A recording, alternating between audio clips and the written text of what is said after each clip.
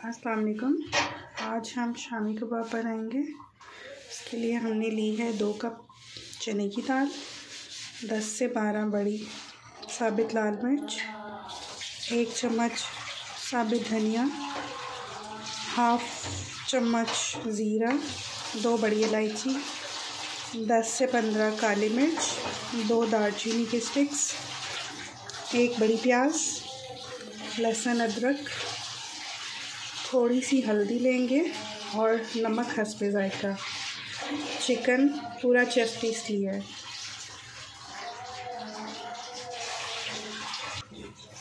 इन सब को हम कुकर में डालेंगे और प्रेशर लगा के गलने के लिए चढ़ा देंगे।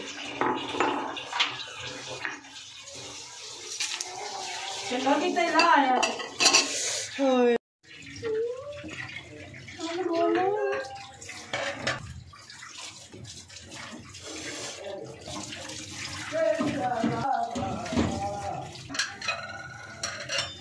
3 कप पानी डालेंगे, 3 मग। फिर इसको प्रेशर लगा देंगे और गलने तक पकाएंगे।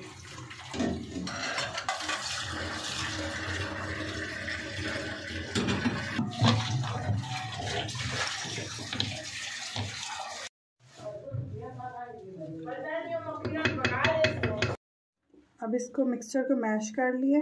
इसमें पुदीना, हरा धनिया और हरी मिर्चें ऐड करके मिक्स कर लेंगे और शामी कबाब की शेप दे लेंगे।